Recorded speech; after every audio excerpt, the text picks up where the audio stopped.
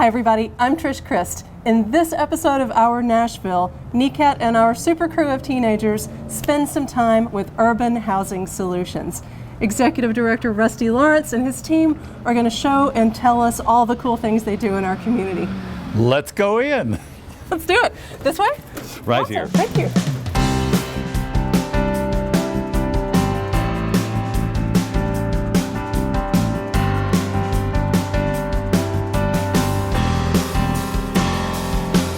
Our Nashville. It's our Nashville. It's our Nashville. It's our Nashville. We all know how to talk about our organization during meetings, but what about the chance encounter of a lifetime? You never know who may share your next elevator, notice your logo on a notebook or a tote bag, and ask what you do. What's the clearest, most persuasive thing you can say in a short elevator ride? We're trying to solve the housing crisis in Nashville because people just need to have a place to live, and having a place to live changes everything. Rusty, we have a lot to talk about today, and I'm going to try and drive us through the many things that Urban Housing Solutions does. But let's talk about the situation. What's the problem that Urban Housing Solutions is working to affect? What's off kilter presently? There's a crisis in affordable housing. There's just no affordable housing out there, and people struggle and struggle, and they just can't put together enough money to find the rent for the housing that is available. Just in my own personal experience, I agree with that. I don't know anyone of any income level who is comfortable with what they're paying in a mortgage or rent, but that's not even what you're talking about. Tell us more about what you mean by that. Well, we deal with people that are really at the lower end of the socioeconomic level, and so people that can pay maybe $500 a month for rent, and there's just nothing out there for that. The new apartment complexes that are being built, $1,400 for a one-bedroom apartment. And so what's happening is people are being forced further and further out to the periphery. And so Smyrna, Lebanon, Mount Juliet, that's the only place that they can find something that's even close to being affordable. Now, in our industry, which is affordable housing, if someone pays more than 30% of their income for rent and utilities or mortgage payments, they are what's called housing burdened. And that's what we find all the time, is that a majority of the people in Nashville are housing burdened. When you talk about those folks who live in Antioch and who've been pushed out to the peripheries of the city, they may well have jobs in downtown Nashville in one of these new hotels, right? I mean, there's a workforce that needs to be downtown to get the business done. The traffic. That's why we have such traffic right now. And so there are almost no locations close to downtown where people can live that are going to be working in the hotels and in the service industry. Does Urban Housing Solutions, do you give free housing to these folks? How do you attack this problem? Well, we can't do that. Wouldn't that be nice? Well, it would be. Now, the closest thing to it, though, is we do have some subsidy programs. Subsidy programs are where the person will pay a portion of their income for rent, 30% or less, and then somebody else, generally the federal government, will come in and pay the remainder. They will determine what's the fair market price, and then they'll pay, if 500 is the fair market price and the person can only pay 200, they'll come in and pay the other 300. We have about 1,000 units, and close to half of those are somehow subsidized in that fashion. How do folks who need help finding affordable housing find you? I think a lot of it is word of mouth, because we've been around a long time. We've been here 26 years, started way back in 1991, and kind of the impetus for starting was, at that point, there were some shelters in town for homeless people. There were some halfway houses, but there was no place for people to go and live permanently that were previously homeless. So we bought an old motel out on Murfreesboro Road, big, enormous, 175 units, and were able to convert that, renovated it and converted that into permanent housing for homeless people. So that was how we began, and shortly after that we opened up, I think, the state's first house for people with AIDS. Then we opened up a couple of properties for people with mental illness, And that's when we were doing very specialized, special needs housing. Since that time, we've gotten into kind of a different model where it's not like one property is all one type of person. It's more of a diversity of people. And so we try to house everybody in a property, and everybody's low income, or most everybody's low income. But then you have people that were previously homeless, people that may have a disability, all living together, and it's kind of like, I guess it's sort of like mainstreaming in the education system. Everybody lives together, and they're role models, and most people go to work every day, or a lot of them go to work every day. They just don't make very much money. Let's talk about some of those specialty groups that get mixed in with other tenants. Do you call them tenants? We call them residents. Love it. Love it. That's a little kinder I term. like it, yes. So a residential community. Yes. The components in any given residential community. I believe I saw on your website that you have a service for the hearing impaired. We do. And that's not just a building for folks with hearing disability, but they're mixed in with Others that don't have that problem, but actually the design of the building was made such that it would be for people that were not able to hear and use sign language. So there are sight lines, not tall walls people can see and that type of thing. We have a group of 7 social workers, and what they do is they all have a specialty. We have an employment specialist and a mental health specialist and an alcohol and drug specialist, and they go to our properties where someone is having a problem, and they can go. We have 30, I think it's 32 now, 32 different properties. And so when, say, a property manager says that Ms. Jones is having a problem with her mental health and she seems to be unstable, then our mental health specialist will go out and meet with Ms. Jones and see what he or she can do to keep Ms. Jones stable. assuming a resident pays his rent, is a good tenant, not disruptive, so forth, you can stay how long? Forever. That's awesome. We have some. We have some at that very property, the very first one, the home for previously homeless people. We have somebody there that's been there probably 22 years and probably will stay there forever. I think people get a sense of comfort in the community, and they know the other people, and it's like a neighborhood. I mean, it's really like a neighborhood because people live close together. Tell me why you do this, Rusty. Oh, it's the thing to do.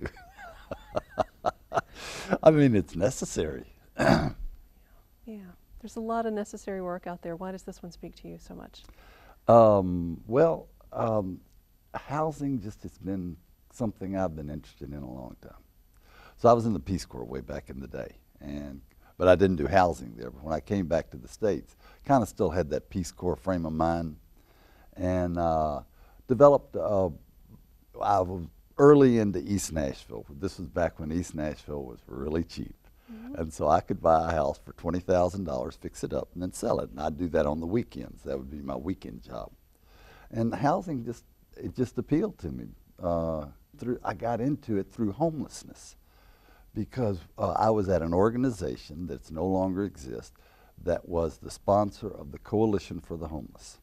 And so we saw how the density of homeless people downtown was increasing because there was no place for people to go other than shelters and halfway houses. There was no permanent location for them. And so that's really how I got into it, and it just kind of caught. So folks who are watching us talk right now, what do they need to know? What do they need to do to help you or to help themselves? I'll tell you what we're experimenting with. We are attempting. You know, charity only goes so far. People can only give so much money, and there's a limit to it, and there are a lot of nonprofits that need charity. But we're going to experiment with something new, which we call a social investment fund, where people can actually put money into a fund, maybe actually into a particular project, and then they are a part owner of that project. And they will get some return every year. If the project surpluses any money, they will get a portion of that money. And then at the end of, say, 5 or 7 years, what we will do is we'll refinance it with a bank loan and then pay them out. So let's say you had an extra $300,000. Let's say and that. you were looking for something to do with it, but you wanted it to have a social relevance. And so we would say, okay, Trish, we've got this property here, and we're going to build 32 units on it. It's going to cost us $5 million. Your $300,000 will get you a share of that property. And when it's up and going, as the property surpluses any money, if it does, then you'll get whatever portion of that back every year until 7 years down the road. We'll refinance it, and your $300,000 comes back. Fascinating. So we're model. working on that. That's because I just do think there are limits to the charity of the donations that people can give. And there's also a limit to how much you can borrow. I mean, banks are really good to us. But the thing is, you don't want to get overloaded with debt because things could go apart, could fall apart on you. So we're looking for new investment strategies, and we have people in our office right now that are working on that. So that is fascinating. I've not heard that model before. It kind of takes social enterprise to the umpteenth degree. That's exactly right. That's what we're trying to do. In fact, it actually just takes capitalism, and it uses it. It's called social capitalism or social entrepreneurship or something like that. Yes. Tell me about the blue door. The blue door is sort of our symbol, and if you look at it, it's open. We have a logo where there are 9 doors, and 8 of them are dark and closed, and then there's one that's open. That's us. That's awesome. That's awesome. Housing is what you provide, but I assume you mean more than just an empty room that a person can walk straight into. Well, in some cases, that is the way it is, and that's for people that are coming from other apartments and they have their own furniture and all that. But a lot of times, a homeless person will only come with the clothes on his back or a brown paper bag that has his things that he needs. So what we try to do is we provide a welcome basket that has a variety of things that they need to set up their apartment. And we provide them with a furniture package. And so they get a bed and a table and sheets and blankets and pillows and all that because they don't have that. I mean, otherwise they would be just sleeping on the carpet.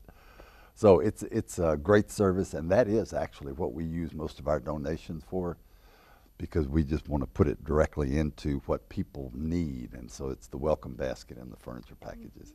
Oh, and we do have one other thing that we provide to all of our residents, all that need it, and that is a transportation service. We have a van and a van driver, and so if you need to go to a job interview, or you need to go to the doctor, or you need to go to see about your Social Security benefits, you just call up and our driver will take you. That's wonderful. And pick you up. Wow. I am the Director of Community Housing Services with Urban Housing Solutions. We provide wraparound services for residents, not only to get them into housing, but to maintain housing. We have 2 service coordinators who provide direct case management for our Mercury Court and our Mercury North properties. We have a service coordinator who works with residents to increase their employment, to gain employment, or to obtain other employment. We have a mental health service coordinator who works with our residents who are challenged with severe and persistent mental illness. And then we also have a health services coordinator who works with our residents, linking them to mental health, to healthcare facilities. And then we also have a transportation coordinator who provides free transportation for our residents to get them back and forth to work, to doctor's appointments, to the grocery store, etc. What we're most concerned about too, I feel like in my position, is not only someone having a home, but they move into a community. When we have residents, particularly residents who have transitioned from homelessness or coming from a recovery community, they want to just not only feel like they have a place to live, but they have people who love them and surround them and support them. So the number one thing that we want to do is make sure that we're building strong communities. The residents move in and they feel connected. And that means connected with each other, and then also connected to resources that are going to help them be successful to maintain their housing. And so we work with community partners, people like different agencies, again, StreetWorks, Nashville Cares, Mental Health Cooperative, Centerstone, that if a resident needs services, that they in turn can get those services to stay housed. And then that makes them a better community member, that makes them a better tenant. Because really the truth of the matter is when someone's more successfully housed, they're not just a better resident, they're a better Nashvilleian. My name is Tammy Arnold. So several years ago, I got out of a 20-year abusive relationship where I had no life of my own whatsoever. And and I had spent years in the house by myself, just drinking myself to death. So when I became free of that relationship, not only was I drinking, but I got involved with drugs.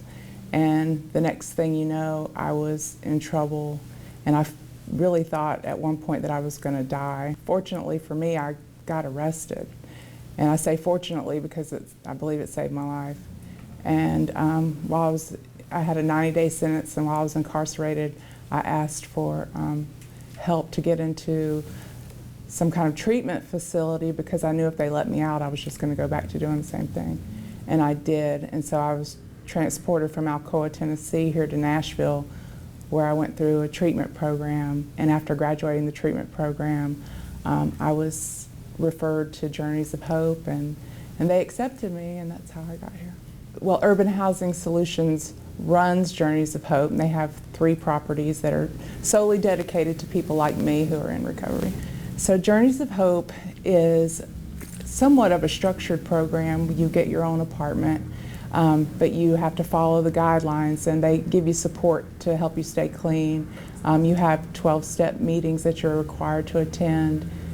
You have monthly urine screens, and then you have community meetings twice a month where the community comes together and tries to support each other. Yeah, so when I first moved to Journeys of Hope, that was in May of 2013.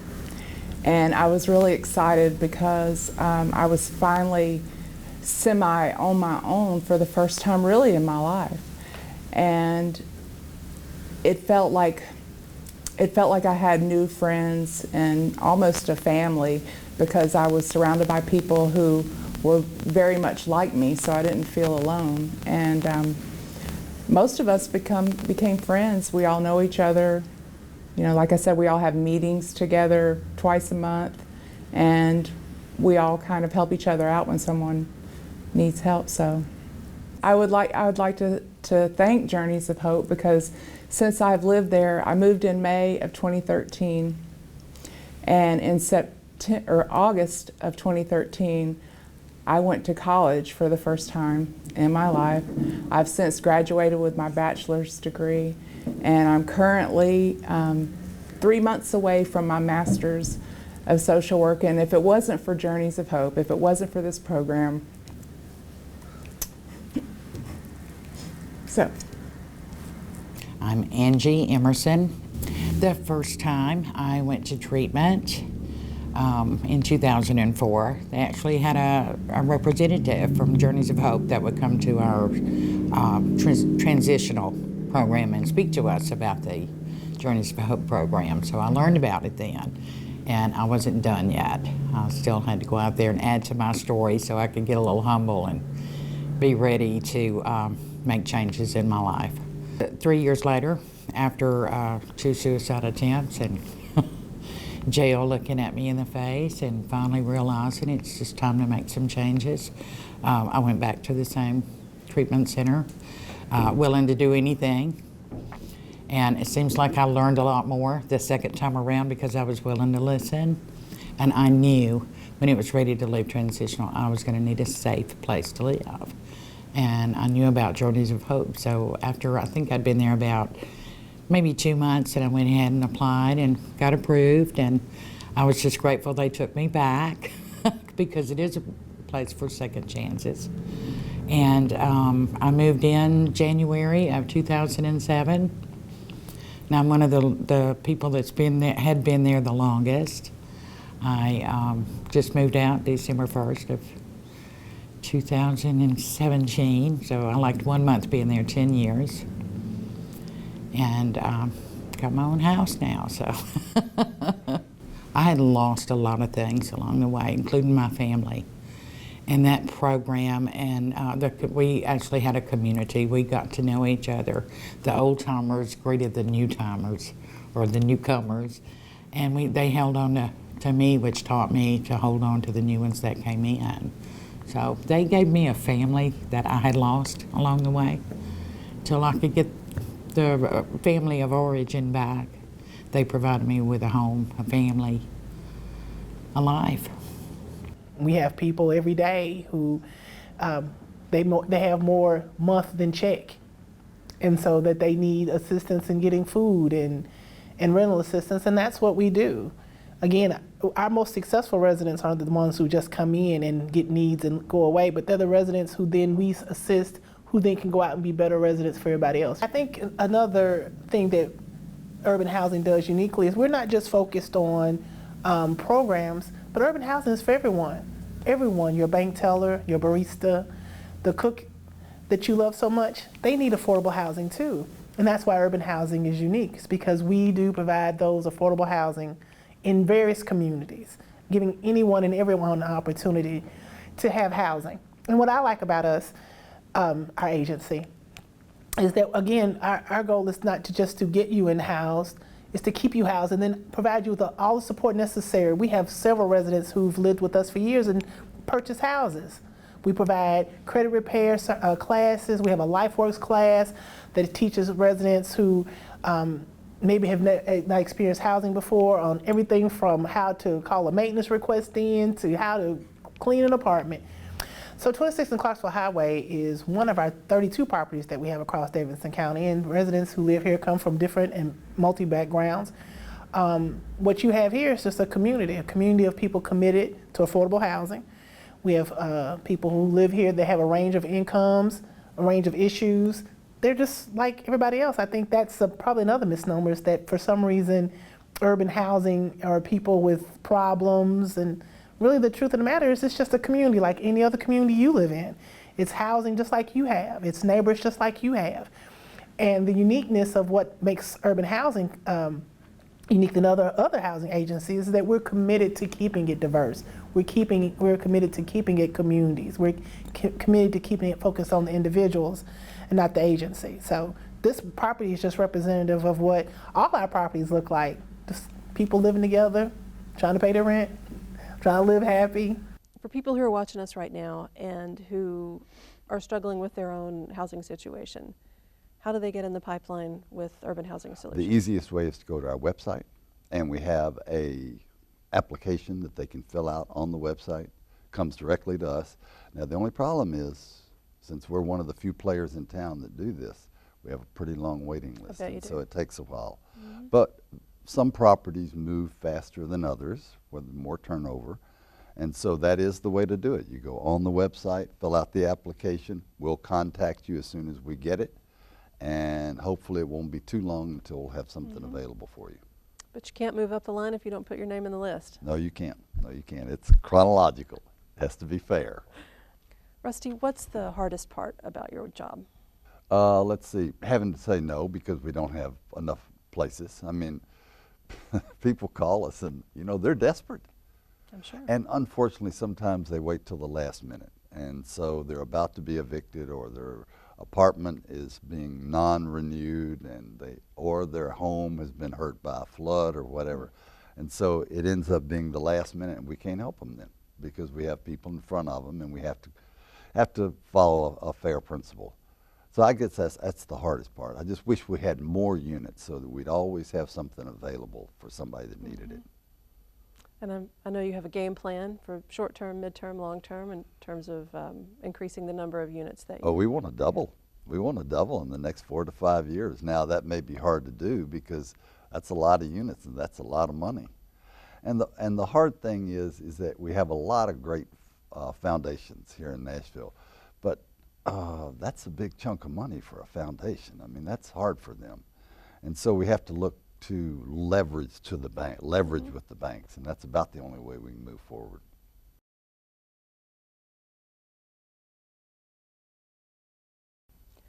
Rusty, I have one last segment that I want to do with you, and I'm throwing it at you here. It's the speed round.